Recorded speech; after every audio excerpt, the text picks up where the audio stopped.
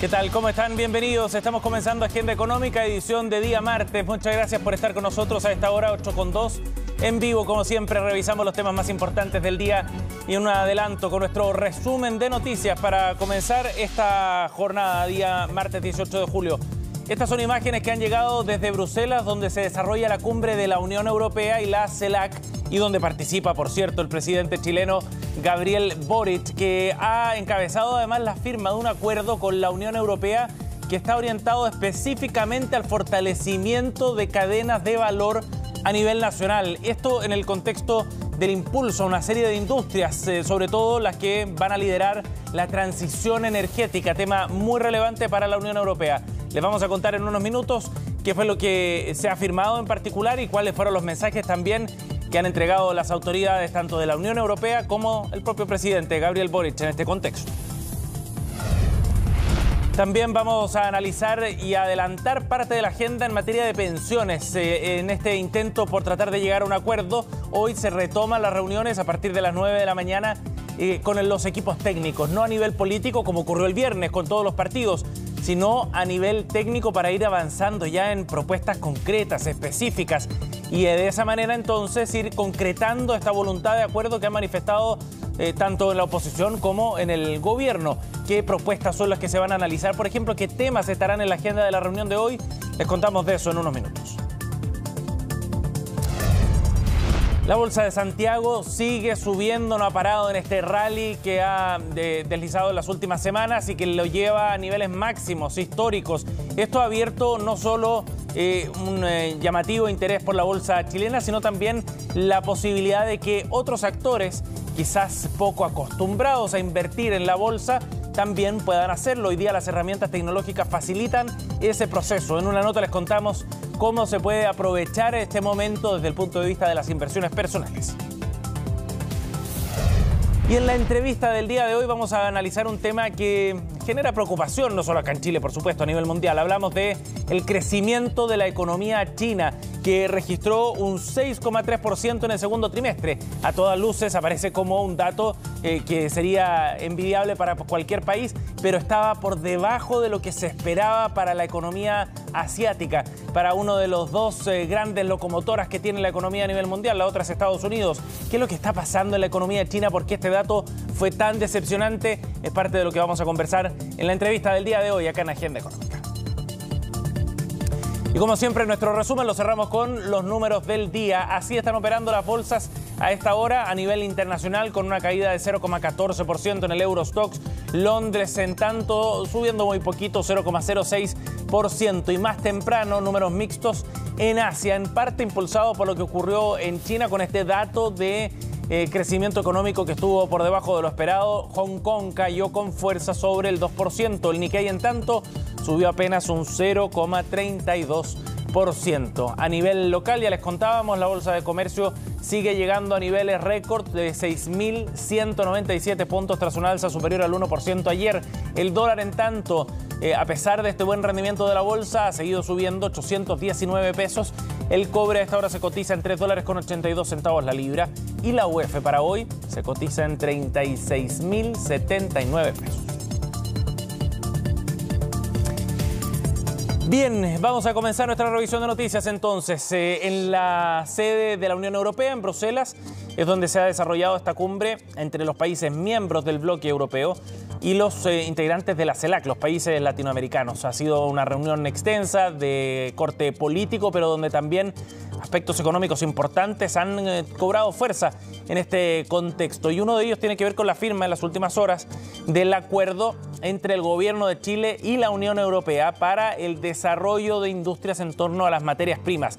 Ahí estamos viendo la imagen de la firma, el presidente Gabriel Boric junto a la presidenta de la Unión Europea, Ursula von der Leyen, y los cancilleres, los representantes. Estamos viendo a Alberto Van Claveren por el lado chileno, quienes firmaron el acuerdo propiamente. Y esto apunta fundamentalmente al desarrollo productivo. Este tema ha estado presente en las conversaciones.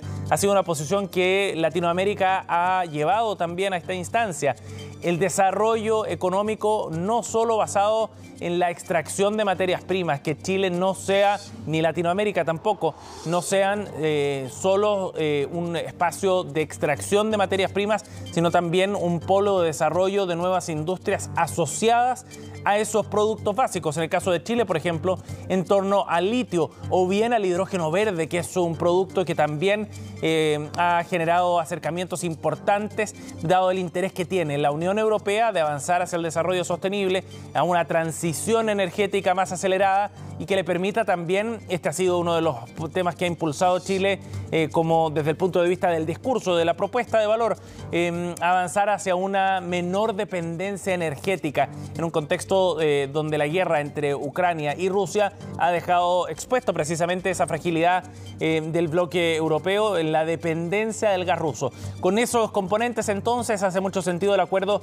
que se ha firmado por ambas partes esta mañana. Veamos qué fue lo que planteó a través de su cuenta de Twitter precisamente la presidenta de la Unión Europea, Ursula von der Leyen. Ahí lo estamos viendo en pantalla, que subió este tuit donde dice: firmado, la Unión Europea y Chile firman este acuerdo para el desarrollo sostenible y la generación de cadenas de valor. Dice que va a contribuir a la seguridad de la Unión Europea, de la oferta, desde el punto de vista de la oferta de estos productos, y crear buenos trabajos en Chile. Vamos a compartir conocimiento, a promover talentos y a respetar los más altos estándares medioambientales, dice Ursula von der Leyen en este tuit, donde resalta entonces lo que para cada parte significa un avance relevante tras la firma de este acuerdo. El presidente Gabriel Boric, si bien no hubo punto de prensa tras la firma del acuerdo, sí deslizaba cuáles eran los objetivos de estos acercamientos que han tenido ambas partes. Lo planteó así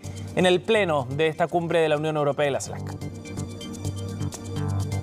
Valoro muchísimo, como presidente de Chile, el que hayamos llegado con nuestro país y la Unión Europea a un acuerdo de modernización de nuestro tratado de asociación.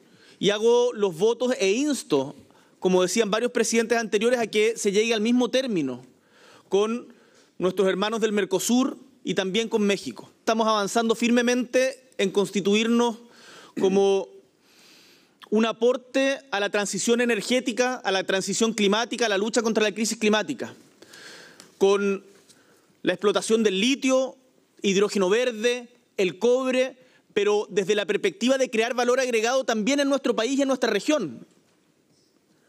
No solamente ser una fuente de materias primas, sino de crear valor para crear riqueza, para distribuir de manera más justa la riqueza entre nuestros pueblos. Acá vamos a ganar y vamos a estar mejor y vamos a construir un mundo en paz y con justicia solo si todos ganamos de nuestras relaciones. 8:10, vamos a ir a otro tema, hablemos de pensiones. Después de la reunión del pasado viernes entre los distintos partidos políticos con el gobierno para avanzar en esta reforma, hoy día se va a vivir otra instancia, el siguiente paso, que tiene que ver con una reunión de carácter más bien técnico, donde los partidos que están participando de estas conversaciones van a llevar a un representante de perfil técnico para ir avanzando ya en temas bien concretos respecto a las modificaciones que se van a introducir al proyecto que ha presentado el gobierno. Ya sabemos, por ejemplo, que se va a avanzar en una distribución distinta de los 6 puntos porcentuales que propone esta reforma de pensiones del gobierno, de manera que una parte de esos 6 puntos que antes estaban destinados a solidaridad íntegramente, ahora vayan también a las cuentas individuales. Podría ser 4,2% o bien un 3,3%, como se había negociado más bien en la reforma de pensiones del gobierno anterior, del presidente Sebastián Piñera. Hoy, eso sí, se van a abordar otros temas también. Uno de ellos tiene que ver con la forma en la que se va a desintegrar la industria desde el punto de vista de la gestión de las cuentas, del ahorro, de la inversión y, por otro lado, de la gestión administrativa de estas cuentas, que también ha sido un tema central en esta iniciativa. Y ahí es donde ya empiezan a verse algunas luces también hacia dónde se puede orientar este cambio, con la posibilidad de que la gestión de las cuentas se pueda licitar, tal como ha ocurrido, por ejemplo, en torno a las AFC, la entidad que gestiona el seguro de desempleo en nuestro país, por ejemplo. Esa idea es la que lleva el Partido Demócrata, que estará representado por Fuad Chahín en esta instancia y será uno de los puntos también a trabajar. De esta forma, entonces, con esta mesa técnica que tendrá su reunión a las 9 de la mañana, se intenta dar señales concretas de avanzar en un contenido específico que luego sea incorporado en la discusión en el Congreso. Ya veremos qué es lo que plantean después de esta reunión, que comienza, como decíamos, a las 9 de la mañana.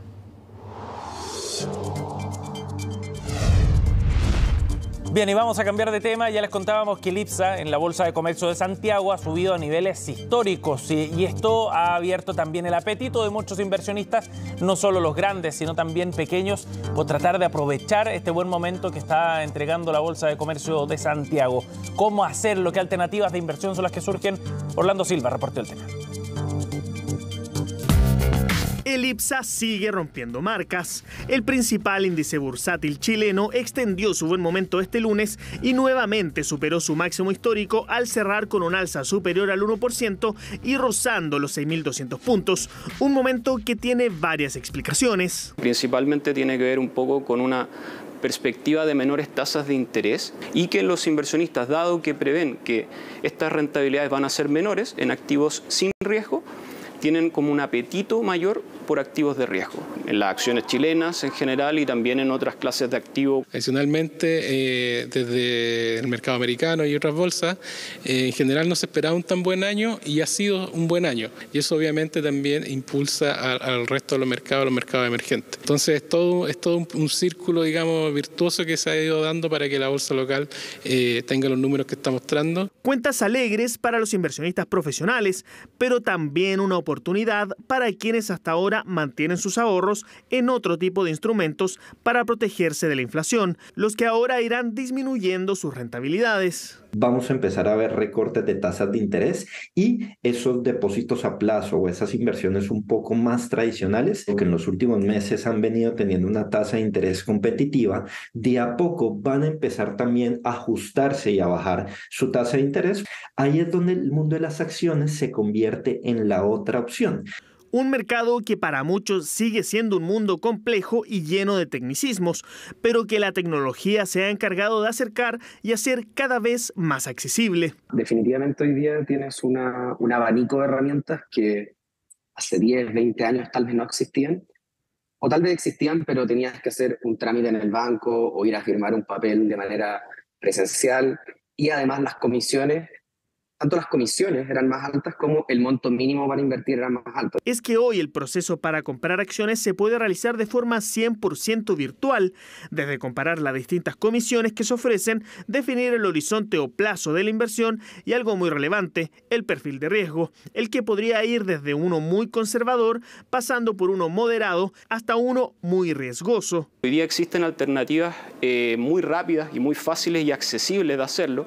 Un cliente puede entrar a la página, por ejemplo, de una corredora de bolsa. Lo primero que le van a pedir es llenar una encuesta de perfilamiento y en base a esa encuesta de perfilamiento se le va a recomendar un producto a la medida en base a ese perfil de riesgo y en base a ese horizonte de inversión. En el caso de cómo lo puede hacer una persona para invertir, hay múltiples plataformas. En general, la recomendación siempre es buscar entidades que estén autorizadas por la Comisión de Mercados Financieros, que es, digamos, el ente regulador que vela para evitar fraude y cualquier tipo de cosa. La digitalización acercó a las personas con el mundo accionario. Las llamadas fintech son aplicaciones que mezclan la tecnología y las finanzas y tienen como principal novedad los bajos montos mínimos que se piden para invertir. Nuestro mínimo, por ejemplo, para invertir en la Bolsa de Santiago es de 4.000 pesos.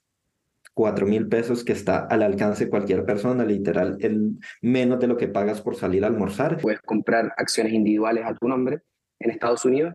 Eso tiene un monto mínimo de $1 y no cobramos comisión, solo cobramos una comisión muy pequeña de $1 o de $2 en el tipo de cambio. Esas opciones antes no estaban y eso abre, como te comentaba, una gama de posibilidades para las personas que hoy día quieren invertir en acciones. Lo importante es siempre investigar para hacerlo con una entidad que esté regulada por la Comisión del Mercado Financiero, comparar las comisiones y diversificar el riesgo, es decir, no poner todos los huevos en una misma canasta. Así podrá iniciarse en este mundo y aprovechar esta racha alcista de la bolsa local. 8:16, nos vamos a una pausa, ya seguimos con más de Agenda Económica. Bien, estamos de vuelta y vamos a abordar en la entrevista del día de hoy lo que ha ocurrido con la economía china durante la primera parte del año. En el primer semestre tuvo un crecimiento que estuvo por debajo de lo que estaba esperando el mercado, en una señal de debilidad que ha generado interpretaciones bien preocupantes respecto a lo que puede ocurrir con una de las principales economías a nivel mundial. Vamos a conversar de este tema y para eso estamos en contacto con el economista de la Facultad de Economía y Negocios de la UNAP, Jorge Rojas. Gracias por el contacto, Jorge, muy amable. Muchas gracias por la invitación. Bueno, Jorge, ya veíamos y dábamos algo de contexto en el comienzo del programa a lo que había ocurrido con este dato de crecimiento de un 6,3% en el segundo trimestre, que a todas luces aparece como un buen número, ¿no? Es un dato envidiable, pero para el caso chino, que tiene otras proporciones, claramente no lo fue y estaba por debajo de lo que esperaba el mercado.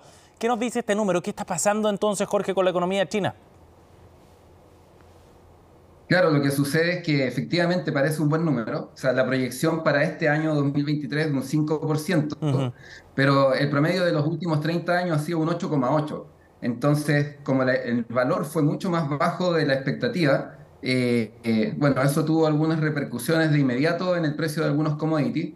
Nosotros vimos que cayó el precio del cobre de manera significativa y eso impactó de inmediato el precio del dólar. Ahora, ¿a qué se debe esta situación? Hay dos grandes factores. El primero tiene que ver con que el sector inmobiliario, que mueve alrededor del 30% de la economía china, se ha desacelerado de manera significativa desde la pandemia.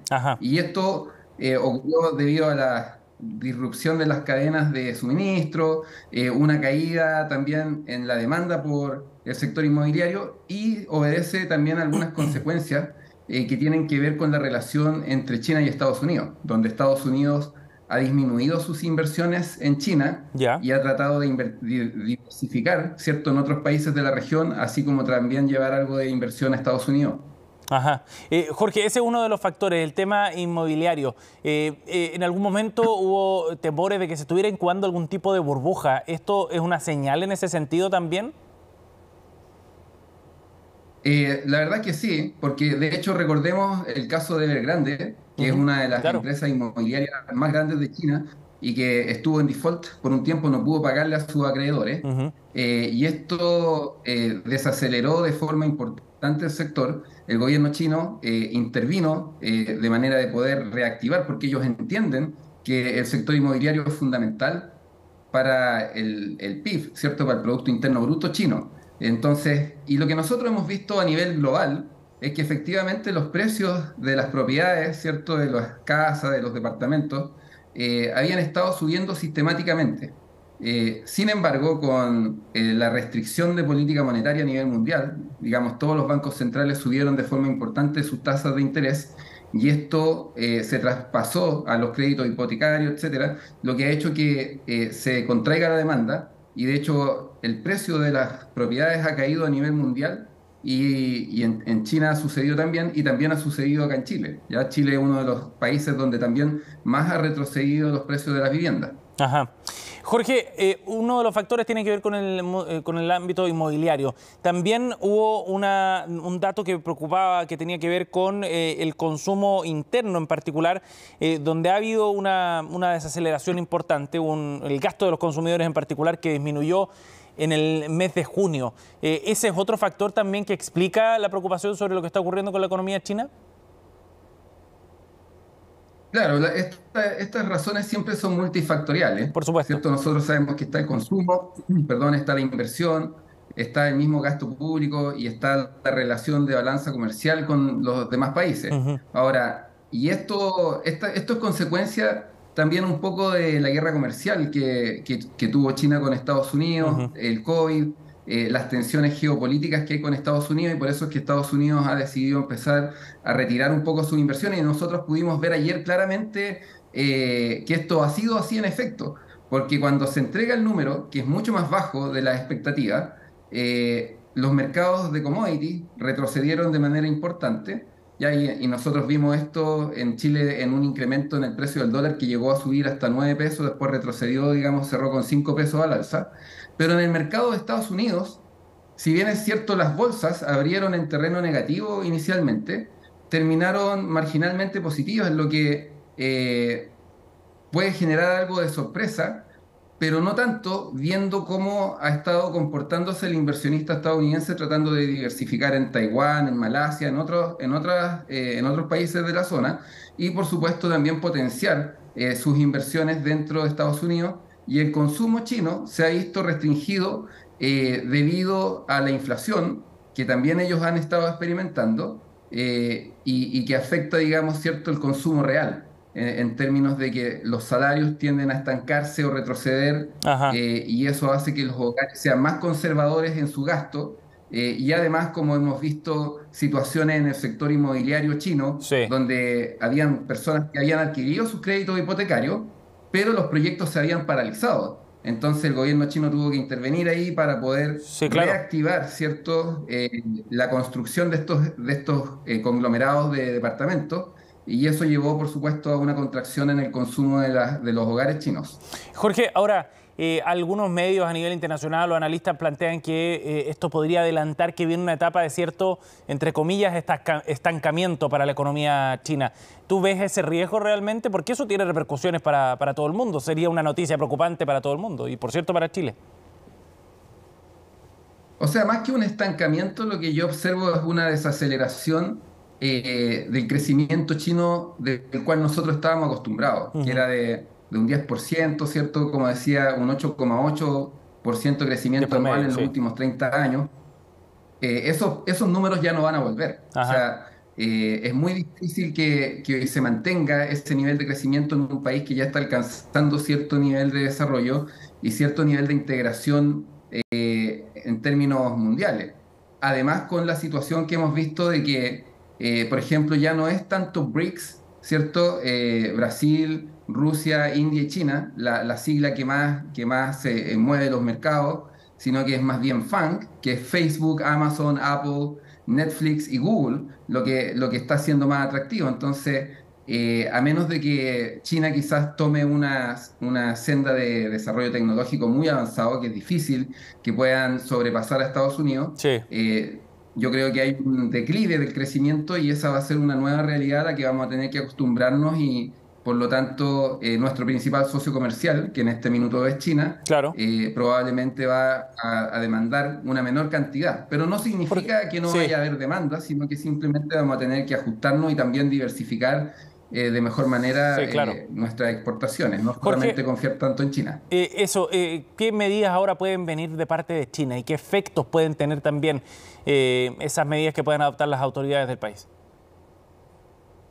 Bueno, yo creo que una buena medida sería dejar libre el tipo de cambio, de manera que el tipo de cambio chino refleje realmente lo que es y no, digamos, tener este sistema, digamos, de tipo de cambio fijo, de manera de poder darle mayor libertad a su sector exportador y finalmente que se generen los ajustes que se tienen que generar. Porque también China está viviendo los efectos de lo que nosotros conocíamos como la política del hijo único, que si bien es cierto se ha ido relajando en los últimos años, esto muestra una población más envejecida y eso conlleva, por supuesto, a que el crecimiento económico también vaya desacelerándose, porque sabemos que hay varias formas de crecer.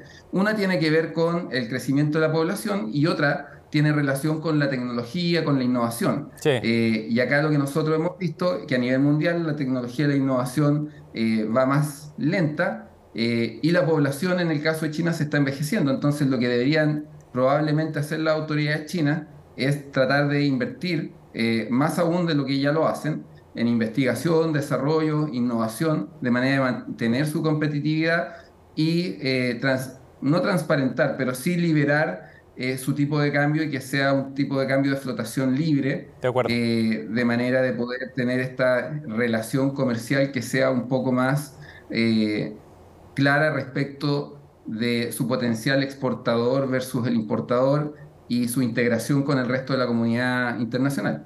De acuerdo, y seguramente tendremos novedades de eso también en los próximos días en la medida en que haya reacciones a estos datos. Jorge, gracias por conversar con nosotros esta mañana. Muchas gracias, Sebastián. Gracias, buen día. 8:30, así cerramos Agenda Económica. Gracias a ustedes también por acompañarnos. Pronto comenzamos Noticias Express con Frecia Sultán.